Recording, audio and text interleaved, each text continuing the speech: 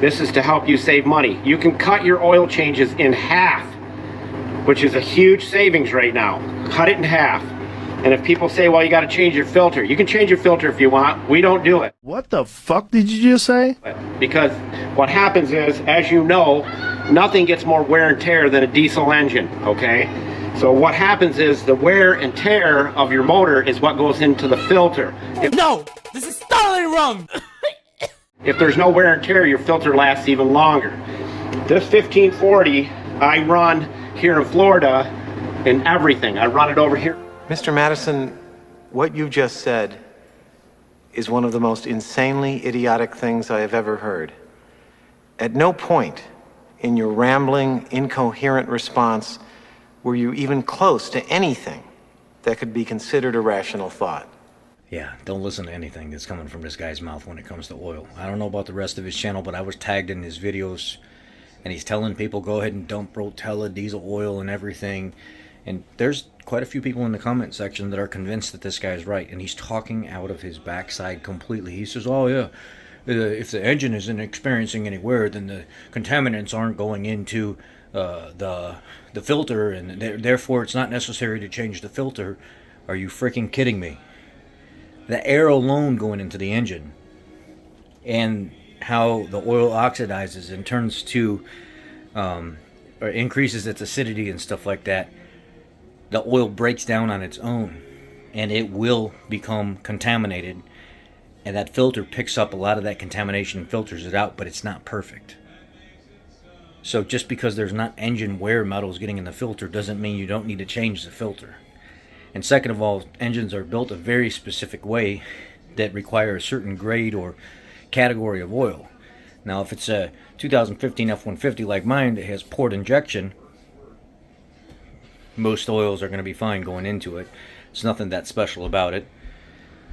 But if you're looking at a Volkswagen that's drinking oil, or a Honda that's drinking oil, or a Toyota that's drinking oil, and you're using Shell Rotella that's high in zinc and everything, whatever else, mate, and you're dumping that into the emission system, first of all, you're going to ruin the catalytic converter.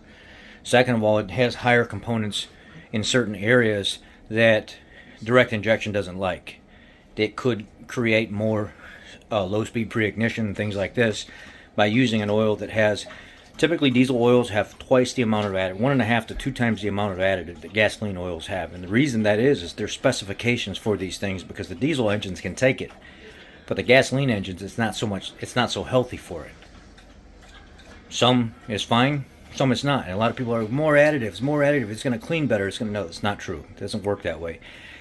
Oils, unless it's an ester base or a really, really high quality PAO, oils itself, because there's detergents in it, don't clean the inside of the engine like scrubbing bubbles. That's not how it works.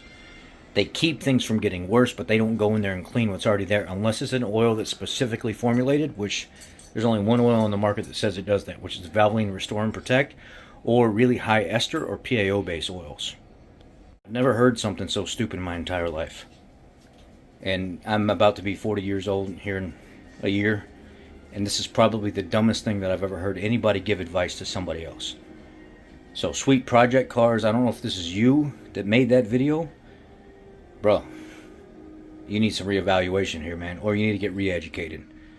That is very negligent, and you turn the stitches off on your video, so there's no way that I could stitch the video and directly let you know.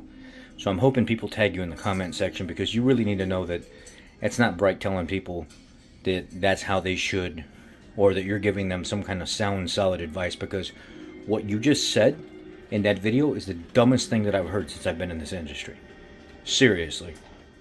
I'd rather deal with somebody hooking the jumper cables up backwards to a battery and deal with the consequences of that than hear somebody tell other people, oh, just pick this one type of oil and put it in all vehicles and it'll work just fine.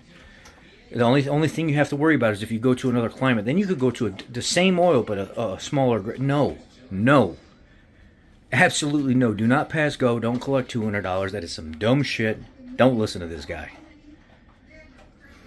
That's all I got to say. Thanks for tagging me in this video, because it needs to be made right. This is not a very bright recommendation to tell any of your followers to do this type of stuff.